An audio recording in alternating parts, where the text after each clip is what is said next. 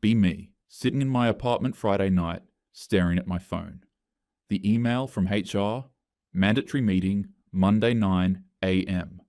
The text from unknown number, you should get a lawyer. Monday is just the beginning. T. Tyler. I drop the phone, try to breathe normally. Okay, think. What do they actually have? Ethan's suicide note. That's just his word against mine. He was mentally unstable, lost his parents, clearly struggling. People write all kinds of things when they're in that state. I have evidence, photos of bruises, his t-shirt and deodorant in my cabin, documentation, timestamps. They believed me before. They'll believe me again. But I need a lawyer. A good one. Saturday morning, I Google sexual harassment lawyer women's rights. Third result, Vanessa Hartley. Asking her website loads, professional headshot, quotes about believing survivors. Defending survivors.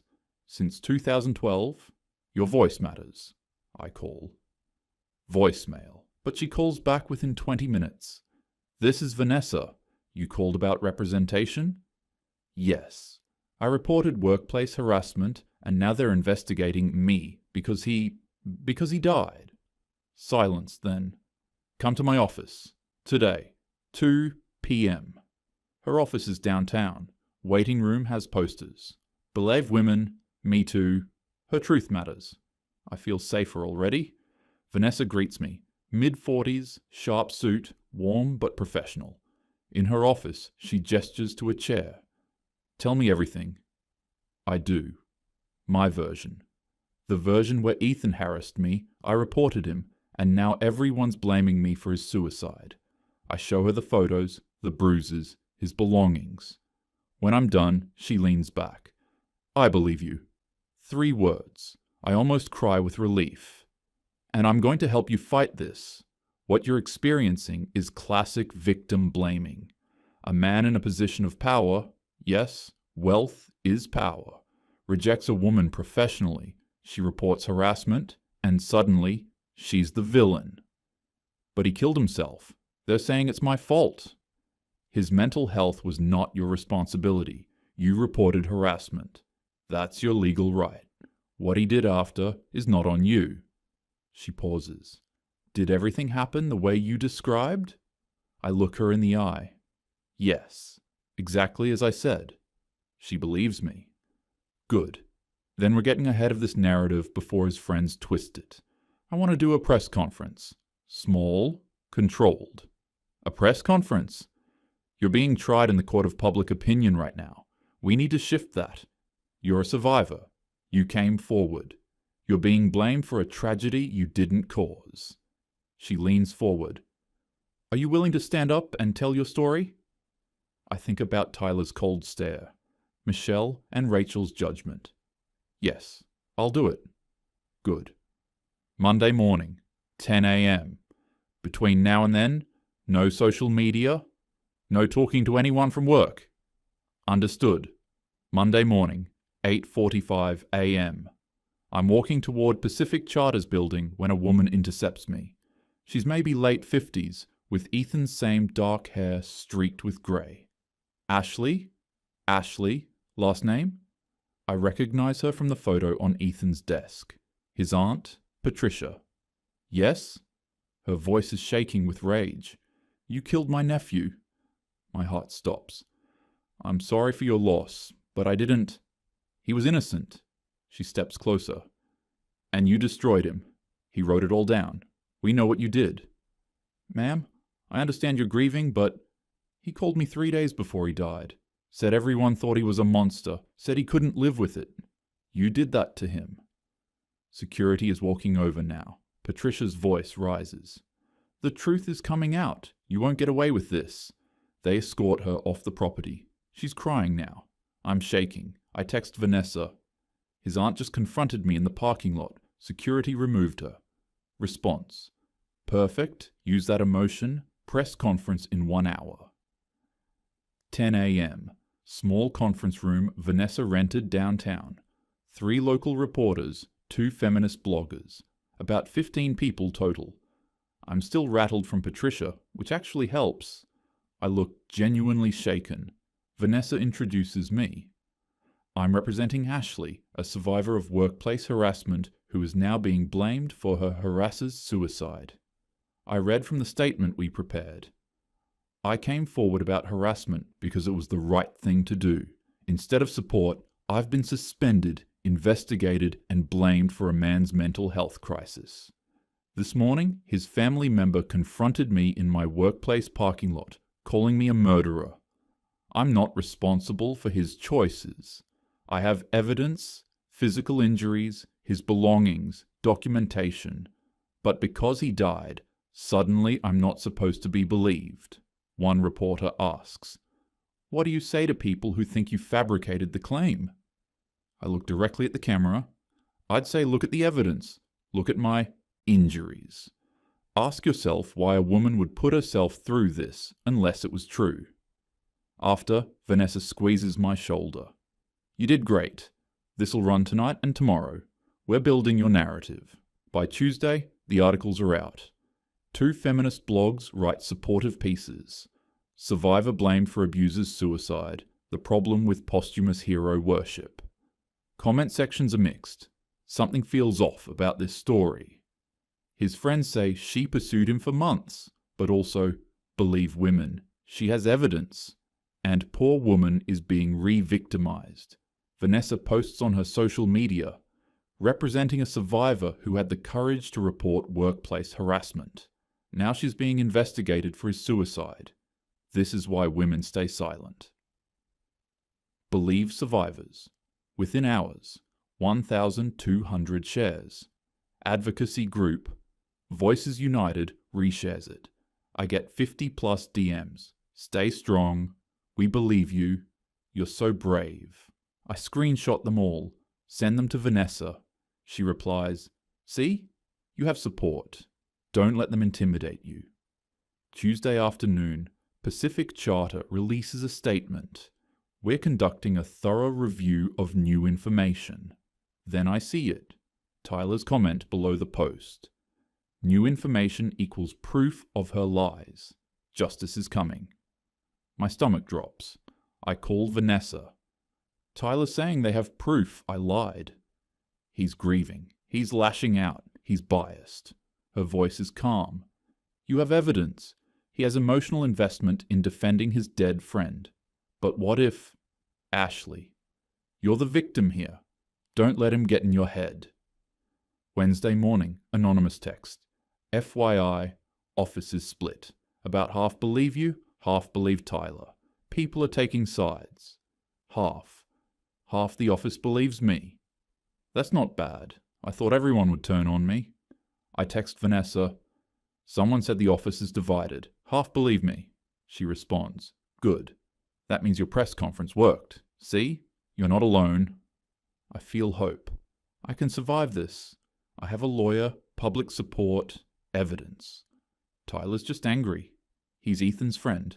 Of course, he'd defend him. But friendship isn't evidence. Meanwhile, Tyler's apartment. His dining table is covered with papers, photos, laptop. Michelle and Rachel are there. Patricia. Jennifer from accounting. Tyler shows them a timeline, witness names, dates, the deck argument at 10:05 p.m. My claim that Ethan came to my cabin at 10:47. But Tyler's text thread with Ethan shows 11:47 p.m. Ethan was in his cabin, going to sleep. The timeline doesn't match, Tyler tells them. She lied about the time. Michelle. What about the yacht footage? Tyler. Meeting with their security director tomorrow. He's planning. Building a case. Wednesday evening, my phone buzzes. Vanessa. Heads up. Tyler's gathering witness statements. He's building something. Stay calm. My heart rate spikes. Building what? His version of events, but we have yours. With evidence. Don't worry. I try not to worry. I fail. Another anonymous text. Tyler brought yacht security director to meet with CEO today. They talked for 2 hours. Yacht security. Why would that matter? I try to remember that night. I checked. There were no cameras in the hallway near the cabins. Unless... No. I was careful. Thursday morning, Vanessa calls. Ashley, I need complete honesty. Did you go into Ethan's cabin that night? Silence. Ashley, I went to get my earring. I'd lost it earlier. Long pause. You entered his cabin? Just to get my property back. It was my earring. How did you get in? I had a master key from work. HR sometimes needs access to... Ashley. Her voice has changed, colder. Why didn't you tell me this before? It didn't seem important. I was just getting my earring. If there's footage of you entering his cabin and you claimed he came to your cabin, that's a major problem. There's no footage. I checked. No cameras in that hallway. Are you absolutely certain? I think back. The hallway. No cameras. Yes, I'm certain. She sighs. Okay, but from now on, complete transparency. No more surprises. Understood. Why is she asking about footage? What does Tyler know? Meanwhile, Tyler meets with Carlos, the yacht security director. Carlos pulls footage. Exterior deck cameras. Timestamp 12:17 a.m. Me approaching cabin 14, looking around, using the key card. Timestamp 12:31 a.m. Me exiting with Ethan's t-shirt visible. Tyler watches. That's her. Going into his cabin. Carlos. I can provide this officially if requested. Tyler. They will. Thursday evening. Screenshot from anonymous number. Pacific Charter staff group chat. Mark. Tyler showed me something today. Security footage. Looks bad for Ashley. Rachel. What kind of footage? Mark. Her going into Ethan's cabin, not him going to hers. My stomach drops. I immediately call. Vanessa. They're saying Tyler has footage of me entering Ethan's cabin. Pause. What footage? From the yacht. Another pause. Ashley, did you go to his cabin that night? I told you, to get my earring. Why didn't you mention this before? It didn't seem important. How did you get into his locked cabin? Long silence. I had a master key, from work. You entered his cabin without permission using a work key? It was my earring. Ashley. Cold. If they have footage of you entering his cabin, and you claimed he came to your cabin, that looks like you planted evidence. I didn't. I just got my earring and maybe grabbed a few things by accident. By accident? You accidentally took his deodorant and shirt? I was confused, scared. I need to see this footage. I'll call you tomorrow. Click. Panic rising. Meanwhile, Tyler calls Detective Sarah Gonzalez. I have evidence related to Ethan Hayes. Security footage, witness statements, key card logs. I believe Ashley filed a false report. What kind of evidence? Video of her breaking into his cabin with a stolen key. 8 witnesses contradicting her story. Bring it to the station. He does. Friday afternoon, CEO. James calls. Ashley, you need to come in Monday, 9 a.m. Bring your attorney. Tyler's presented additional evidence and law enforcement is involved. Law enforcement? For what? Potential false report. Can't discuss details. See you Monday? Hangs up. I try calling Vanessa. Voicemail. Finally she texts. Need the weekend to review evidence. Talk Monday morning. I Google everything. Can security footage be used against me? False police report penalties. Results. Felony charges. 1 to 3 years jail. Can't sleep. Can't eat. Sunday night. Tyler posts publicly. Update on Ethan Hayes. New evidence presented to company and law enforcement. Security footage, electronic records, witness statements. All support what Ethan wrote. He was innocent. Truth is coming out. Justice for my brother. The post explodes. Comments flood in. She lied? Poor Ethan. Michelle and Rachel add their support. My supportive DMs turn to attacks. Murderer. Prison. Lying bitch. I search my name. Local Twitter is blowing up. Instagram flooded. I delete the whole account. Facebook. Gone. Vanessa texts. Meet me 7 a.m. Monday, before the company meeting. I don't sleep. Monday morning, 7 a.m. Vanessa's office. I look terrible. Sweatpants, no makeup, messy bun. Haven't slept in 3 days. Vanessa is cold. Professional. Sit down. Did you see Tyler's post? I reviewed the evidence, all of it. She turns her laptop toward me. Video footage, grainy but clear. Me approaching cabin 14, looking around nervously, using a key card. Going in. Timestamp, 12:17 a.m. Another clip, me exiting. Ethan's white t-shirt visible in my hands. Timestamp, 12:31 a.m. This is you, Vanessa says, entering Ethan's cabin, alone. I can't speak. This is you exiting, carrying his belongings. She closes the laptop. You lied to me. You said he came to your cabin. This shows you went to his cabin. I told you. I went to get my earring. You told me that after I asked. You hid it initially. I wasn't hiding. Stop. Hard. I also reviewed keycard access logs. You checked out a master key under false pretenses. That key accessed his cabin at 12:18 a.m. Yes, I used the key, but nothing. You broke into his cabin, took his belongings, photographed them as evidence, then claimed he brought them to your cabin. That's fabricating evidence. That's fraud. I'm crying. You said you believed women. You said you'd fight for me. I believe survivors. I don't defend people who make false accusations. She stands. Do you understand what you've done? Every real victim will be doubted because of you. You're a gift to every defense attorney in the country. I was humiliated. He rejected me in front of everyone. Vanessa stops, stares. So this was revenge? For rejection? I realize my mistake. No, I can't represent you. She opens the door. The meeting is at 9. Find new representation.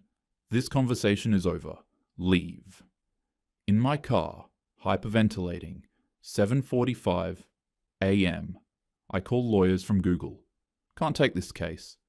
Don't handle false reports. Conflict of interest. Finally. David Ross, criminal defense. I can meet you at 8:50. Retainer is $5,000. I Venmo him my last savings. 8:50 a.m. David meets me in the parking lot. I give him 10 minutes. This is bad, he says. They have video, logs, witnesses. Your best bet is to cooperate and hope for lenience. Can't we fight this? No. 9 a.m. The conference room. CEO James. HR. Director Karen. Company lawyer Margaret. Detective Sarah Gonzalez in uniform. And in the back row, Tyler. Patricia.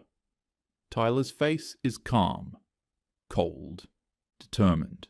Patricia's eyes are red but focused. I sit down, David beside me.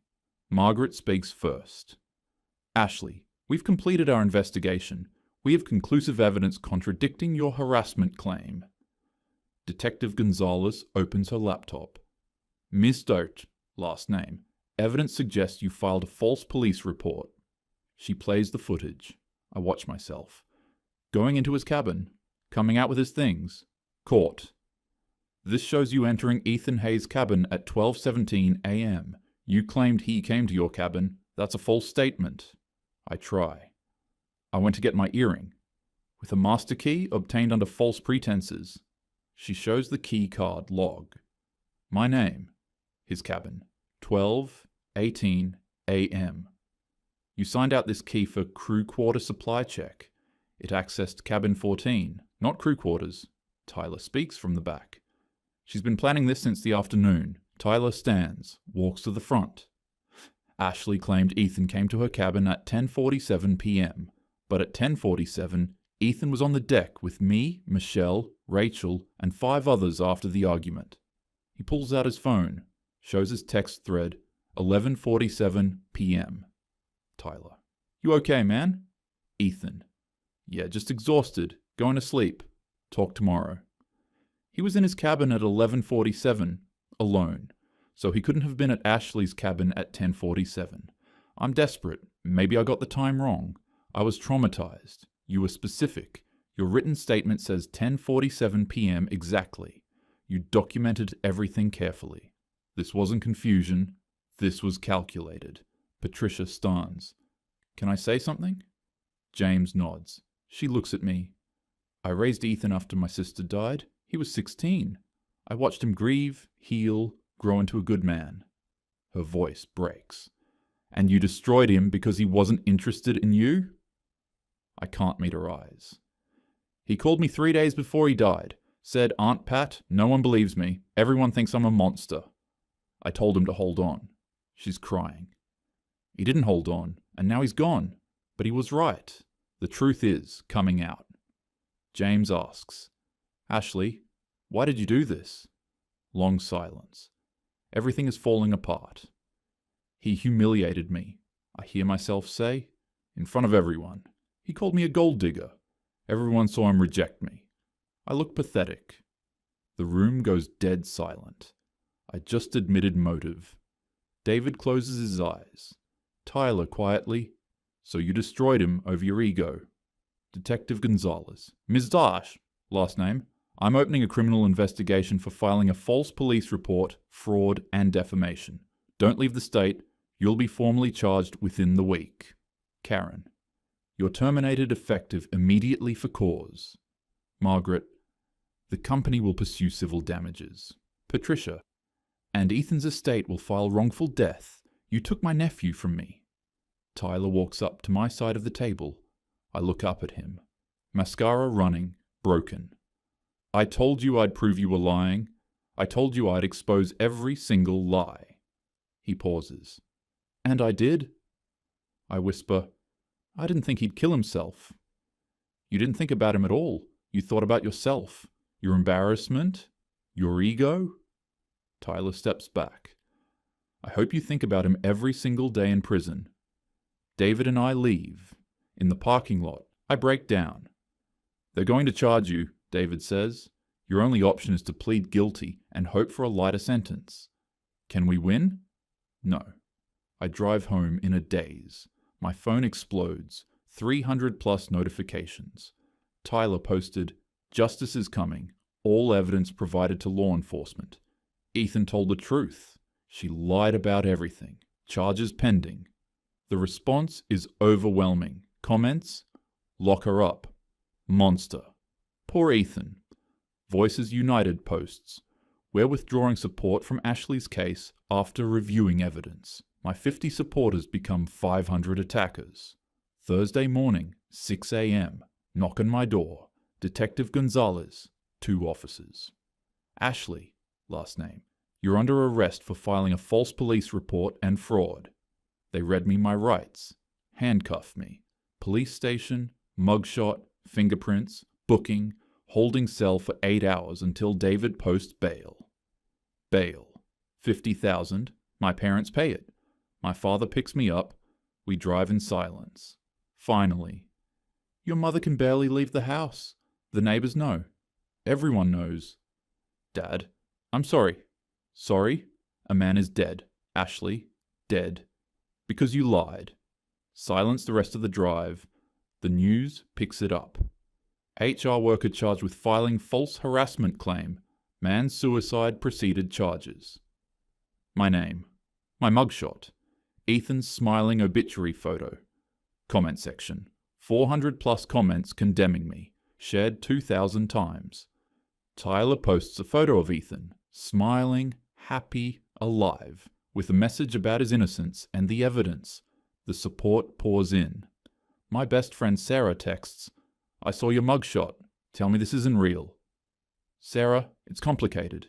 Did you or did you not make up a harassment claim? Silence. You know what happened to my sister. She was actually assaulted and no one believed her. And you made it harder for women like her. You're disgusting. Lose my number. Blocks me. Jessica. I work in HR. I can't be associated with this. Don't contact me. My mother calls. I need time. I can't look at you right now. Mum, please. Your Aunt Emily was actually assaulted. You know this. I'll send money for your lawyer, but don't call me. Hangs up. Week 2. Papers delivered. Ethan's estate is suing $2.5 million. Claims: defamation, intentional infliction of emotional distress, wrongful death. David: if they win, your wages will be garnished for life. Week 3. The prosecutor offers a plea. Plead guilty.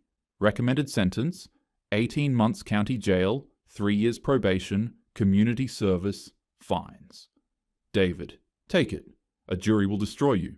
You could get 4 to 5 years. I sign it. Week 4. The plea hearing. Courtroom packed.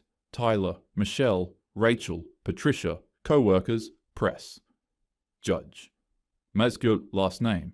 You're pleading guilty to filing a false police report and fraud. Do you understand? Barely audible. Yes. You understand this means admitting you falsely accused Ethan Hayes, fabricated evidence, and these actions contributed to his death. Long pause. Yes. Patricia in the gallery is crying. Tyler's jaw is clenched. Sentencing in 30 days. Leaving the courthouse, Tyler, Michelle, and Rachel are waiting. Tyler: 18 months isn't enough, but at least everyone knows the truth. Michelle: you destroyed a good person. Rachel: every day in there, remember his face. Sentencing day. Conservative dress, hair pulled back, no makeup, courtroom packed. Tyler, Michelle, Rachel, Patricia, Ethan's extended family, co-workers, press. Everyone stands when the judge enters. Patricia walks to the podium. She's holding a photo of Ethan. Your Honor, this is my nephew. I raised him from 16 when his parents died. He was kind, gentle, hard-working. Her voice breaks. 3 days before he died, he called me. Said, Aunt Pat, no one believes me. Everyone thinks I'm a monster. I can't live with this. I told him to hold on. She looks at me. You took the last family I had. You destroyed him because he wasn't interested in you. I don't want her to die. I want her to wake up every day knowing what she did. That's real punishment. She sits. Michelle puts an arm around her. Tyler stands. Ethan was my best friend for 20 years. When his parents died, I was there. When he got this job, I got hired too. After her accusation, he called me every night. Why won't they believe me? I told him to fight. His voice breaks. I found his body. I read his note where he told the truth, and I promised him I'd make sure everyone knew. He looks at me. I kept that promise. Your lies are exposed. His name is cleared, but he's still gone. He sits. David nods at me. My turn. I stand, hands shaking. I'm sorry for what I did. I made a terrible choice, born from anger and embarrassment. I never intended for Ethan to die. I didn't think it would end like this. I wish I could take it all back. My voice cracks. I have to live with this forever. I'm sorry to his family, his friends, and to him. I sit. Patricia shakes her head. Not enough. The judge speaks. Ms. Last name? I've reviewed everything.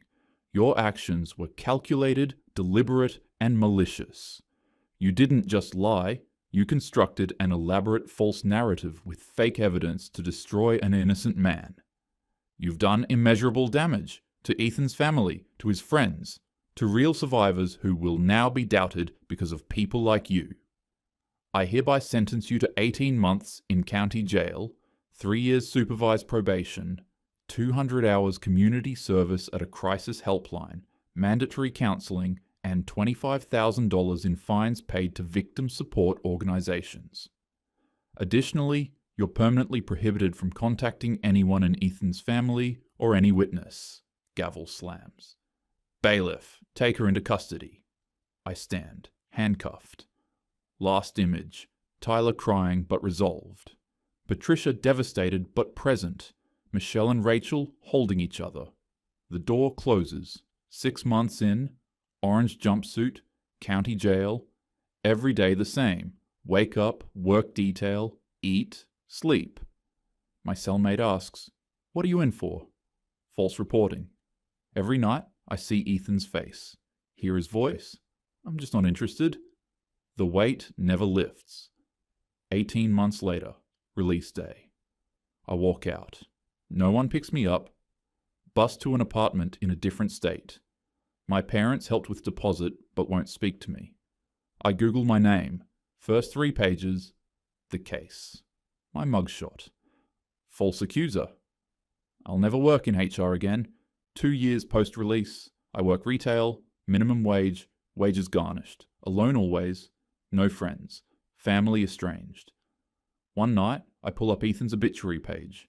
His photo. Smiling, alive. 28 years old. Recent comment from Tyler. Your name is cleared, brother. Everyone knows the truth. Miss you every day. I whisper to the screen, I'm sorry. But sorry doesn't bring him back. Sorry doesn't fix what I broke. I turn off the phone. Sit in darkness. This is my life now. This is what I deserve. He's gone, and I have to keep living with it. Cut to Tyler at a cemetery. He places flowers at a headstone. Ethan Hayes, 1998 to 2026. Beloved son, nephew, friend. Innocent. Remembered with love. Tyler speaks quietly. I kept my promise, man. Everyone knows the truth now. Rest easy. He walks away as the sun sets. Fade to black.